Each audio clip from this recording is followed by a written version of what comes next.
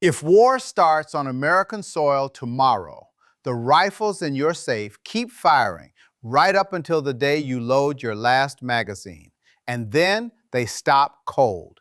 And it won't be the rifles that failed you, it'll be the ammunition and the spares you never stacked behind them.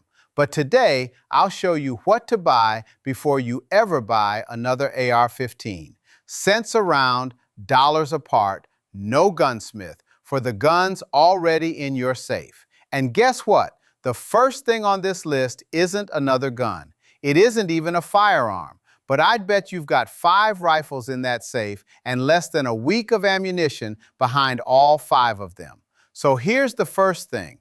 A safe full of rifles is a 1-week safe.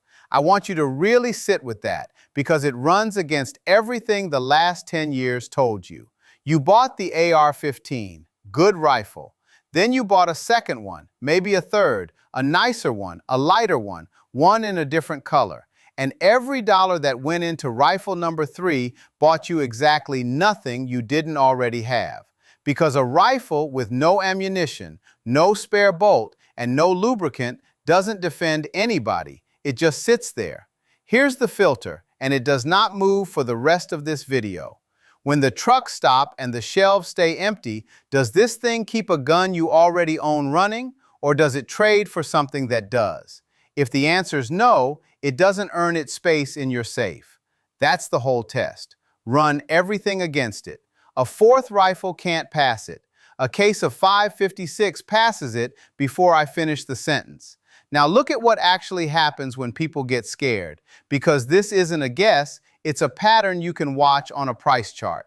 When folks get nervous in this country, they don't all run out and buy rifles. They run out and buy ammunition for the rifles they've already got. Back in 2015, when there was a push to ban a common 5.56 load, one ammunition price tracker showed search interest for that caliber roughly triple, while the background checks that come with buying a new gun barely moved.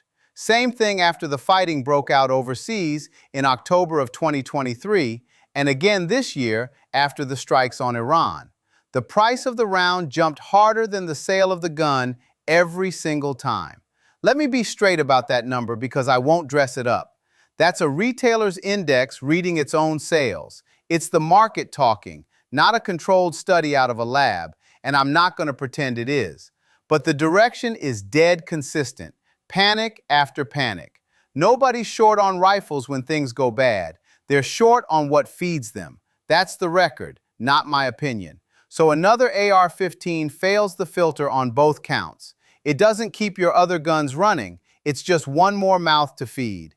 And it's a lousy thing to trade too. It's big, it's expensive, and handing one to your neighbor is legally a very different thing than handing him a box of shells. Which brings us to what you should be stacking instead, and there are exactly 5 of them. 5 calibers. Not 9, not 12, 5.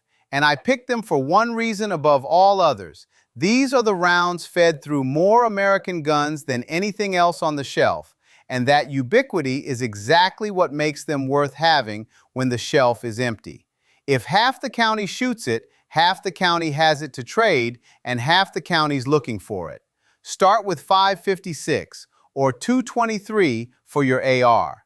As of the middle of this year, plain practice ammunition ran somewhere around 45 to 55 cents a round bought by the case. Read that against where it's been. At the peak of the panic in February of 2021, the monthly average hit about 96 cents a round, nearly $1 for the cheapest thing on the rack when you could find it at all. That's the swing you're storing against. These prices move week to week, so check the day you buy. But that gap between a normal day and a bad day is the entire argument for buying on a normal day. Next, 9mm for your pistol and your carbine both. Middle of this year, it was running around 27 cents a round in bulk, the cheapest centerfire defensive round in common circulation, and the one more handguns in America chamber than any other. Then 12 gauge, because a shotgun feeds a family and defends a door, and buckshot and slugs store for decades. And 308, which shares its case family with 7.62 NATO.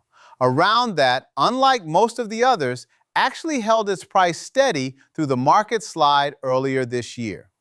Steady demand, steady supply, and it reaches out past anything the 5.56 will do. Here's the honest catch on all of this, and it's the same catch that started the video. 5 is the ceiling, not a shopping list to blow past. The whole trap I'm trying to walk you out of is the man with 9 different calibers in his safe and not enough of any one of them to get through a long weekend. Depth in 5 beats a shallow puddle of 15 every time. Pick your platforms, stack those calibers deep, and stop. Nobody behind a gun counter is going to tell you to spend your next $400 on ammunition instead of the shiny rifle in the case. That rifle is how they keep the lights on. I'll tell you every week because I've got nothing in that case to sell you. If that's the kind of straight talk you're here for, hit subscribe. Now, of those 5, one stands apart. It's the cheapest thing you can stack, it's fed through more guns than anything else in America, and it's the one people understand the least. That's .22 long rifle, and it earns its own section. Let me give you the honest case against it first, because the skeptics have a real point, and I'm not going to pretend they don't. .22 long rifle is not a fighting round. I taught home defense classes for 20 years, and I never once told a soul to stake their life on a .22 if they had any other choice on the table. It's a small game round and a training round. If you're picturing it as your front door gun, put that picture down. That's a fair criticism, and it stands. Here's what it is instead. It is the single most tradable thing you can put in your safe. Look at the record. When ammunition dried up in 2013 and stayed dry into 2015, .22 was the very first caliber to vanish off the shelves and the last to come back. It happened again in 2020. .22 long rifle was among the hardest rounds in the whole country to lay hands on. When it's gone, it is gone, and everybody wants it. That's exactly what you want in a thing you plan to trade. And the reason you can stack it deep is the price. Historically, this round sat around a nickel apiece. It roughly tripled between 2008 and 2013, ran up near a dime at the 2020 peak, and settled back to somewhere around 7-8 cents a round by the middle of this year. At that price, a 100-round afternoon costs you under $8. You can lay in thousands of rounds of the best barter caliber in America for the price of one middling rifle. That's the math the whole video turns on. But here's where it dies against the filter, and I want you to hear this one because most channels selling you on a .22 stockpile will never say it. .22 long rifle is a rimfire round. The priming compound is spun into the rim of the case, not sealed in a cup in the center like your centerfire ammunition. And the folks who write the industry's own standards, SAMI, say plainly that rimfire is far more vulnerable to moisture than anything else, precisely because of how it's built. So the best trade good in your safe is also the one most likely to turn into a box of duds in a damp can. It passes the filter as a barter round, but only if you store it right. And we'll get to storing it right, because that part decides everything. If you just did the math on your own .22 stash and realize it's been sitting in a garage through 10 summers of heat and damp, that's exactly why this channel exists. Subscribe, and I'll keep showing you the things the man at the counter never mentions. So that's the cheapest, most tradable round in America, and the one catch that can ruin it. But ammunition you can't chamber does you no good at all. And the next failure point is the very thing that feeds the round into the gun: magazines. This is the part nobody plans for, and it's the single most common reason a gun stops running when everything else is fine. It's almost never the rifle, it's the magazine. Bad feed lips, a tired spring, a cracked body. That's your stoppage, 9 times out of 10. So you stack them loaded, and you stack plenty. Now, the second I say stack them loaded, half of you tense up because you've been told your whole life that a loaded magazine wears out the spring. Let me give that worry its fair due, because it isn't crazy and the people who hold it aren't fools. On a cheap magazine or an old one or a soft polymer one crammed to the last round, the feed lips can take a set over time and a bargain bin spring can go soft. That's real. That happens.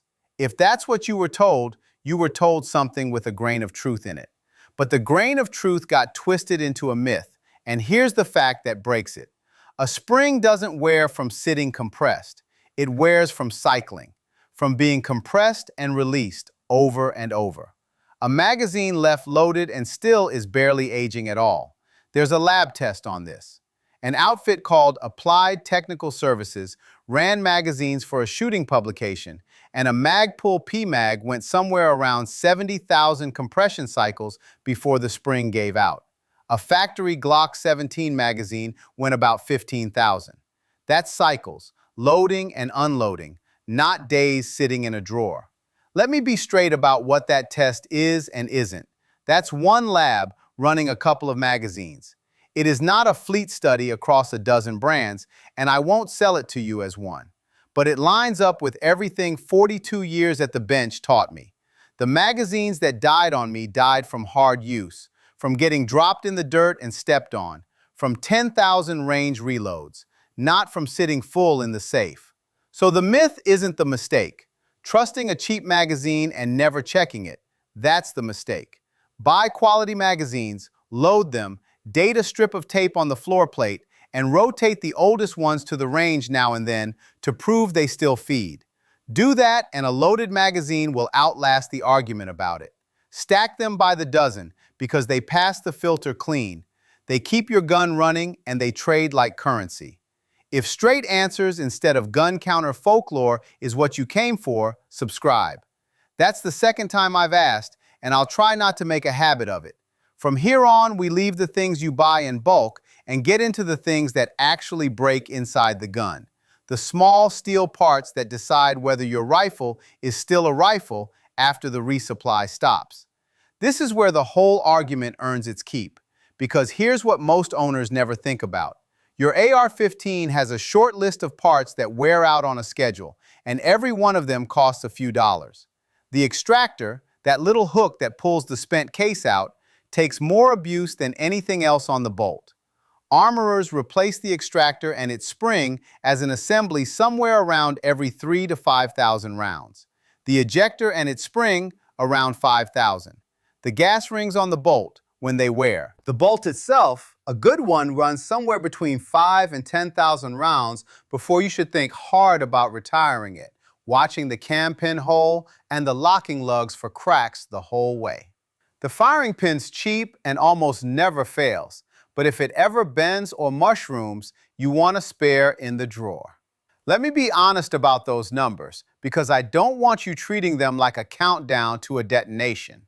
Those are conservative, replace before it breaks figures out of the armorer's manual, not the round where the part is guaranteed to shatter. Plenty of bolts go well past 10,000, but when you can't order a new one, you replace early and you keep the old one as your spare for the spare. Here's the check you can run tonight, no tools, on every AR you own. Pull the bolt carrier group out. Stand it straight up on its nose, on the bolt face, on the bench. If it stands there, your gas rings are good. If the carrier slumps down under its own weight, those rings are worn and it's time to swap them. That's it. That's the whole test. Go do it tonight and you'll know something about your rifle you didn't know this morning. And now the whole video pays off, right here in one comparison. A complete spare bolt for your AR runs you somewhere in the neighborhood of $50 to $80. An extractor and spring is a few bucks. A set of gas rings is pocket change. For less than $100 in small steel parts, you keep a rifle you already own running through tens of thousands more rounds. Or you could spend that same money, $1,000, $1,200, $1,500, on a second rifle that sits in the safe doing nothing your first one doesn't already do. The spare bolt passes the filter. The second rifle fails it. Same dollars. That's the entire argument, and now you've seen it in the numbers. If you're going to walk over and run that bolt carrier test tonight, do me a favor and subscribe first, so I can keep handing you the checks the man at the counter never runs before he rings you up.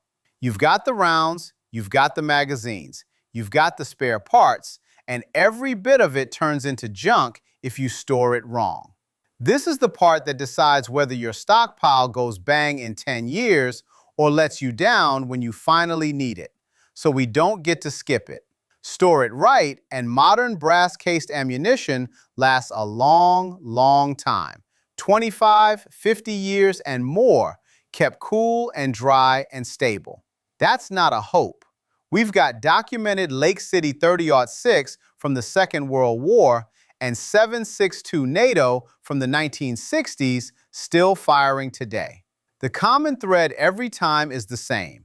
Sealed cans, often with desiccant, stored somewhere the temperature holds steady. So here's how you do it. Sealed military ammunition cans, a desiccant pack in each one, kept somewhere cool and dry. Call it 70 degrees or below and 30 to 50% humidity. And here's the part folks miss. The real enemy isn't cold, it's the temperature swinging up and down. Every time a can heats up and cools back off, it breathes a little humid air past an imperfect seal, and over enough cycles, that moisture gets to your primers and your powder. A stable closet beats a garage that bakes in July and freezes in January every time. Swap that desiccant about once a year. Rotate what you stack. First in, first out. Oldest ammunition and oldest loaded magazines get shot first. Newest goes to the back. Date the cans with a strip of tape, same as the magazines. And remember, your lubricant and cleaning gear are consumables too. A dry bolt is a dead bolt inside a few hundred rounds. Keep your CLP sealed and stored away from the ammunition, because those solvents will creep into an unsealed round and kill the primer just as dead as water will. One more. If your defense gun wears a red dot or a light, it runs on a battery. Store spares. Note the shelf life on the package. A dead optic is a failure point another whole rifle won't fix for you. That's 4 times I've mentioned this channel, and if you're still with me, you already know I'm not selling you a thing. Subscribe or don't, but if this is the kind of plain talk you want in your feed every week, you know what to do. So here's the checklist. 4 lines, and it's the only part worth memorizing. 1. Count the ammunition behind every rifle you own, and by depth, not another platform. 2. Stack the 5.56, 9mm, 22 long rifle, 12 gauge, 308, in sealed cans with desiccant, cool and dry and dated. 3. Buy the small spares while you still can. An extractor assembly, gas rings, a firing pin, a spare bolt. Dollars, not thousands. 4. Run the bolt carrier test tonight and rotate your ammunition and magazines oldest first. Now let me undercut my own video, because it's the truest thing I'll say all day. The most important thing you own isn't in the safe at all. It's knowing how to run the gun you've got and how to fix it when it chokes. A man who can clear a stoppage in the dark with 1 rifle and a full can of ammunition beats a man with 6 rifles who's never changed an extractor. Skill and a little maintenance beat quantity every single time. That's the record, not my opinion. If I could only keep 3 things out of everything we covered, here's what they'd be. A deep stack of 22 long rifle, sealed against the damp, because it feeds small game and it trades like money when nothing else will. A spare bolt and extractor kit for every rifle I own, because that's what keeps a good gun in the fight when there's no ordering another. And sealed cans with fresh desiccant, because the finest ammunition in the world is worthless the day it goes to duds. Notice not one of those is a gun. That's the point. So carry this into the store with you. Feed what you own before you buy what you don't. Now I want to hear it from you, And be honest, because this one costs a little to answer. How many rifles are in your safe right now, and how many days of ammunition is actually behind each one? Not what you wish, what's really there. And if somebody scrolling by just bought their third AR this year and hasn't stacked a single can behind it, your comment might be the thing that turns him around this weekend. I know some of you are already typing, where's 7.62 by 39? Where's 45 ACP? Where's 300 blackout? Fair questions, all of them. Tell me what you'd stack and why, and make the case. If you want the plain truth the counter skips, every week, subscribe. Next time, I'm going to take apart the one caliber question. If you could truly own just a single caliber for everything, what would it be? And why the popular answer is wrong. Check your safe and be honest with yourself about what's in it. See you soon.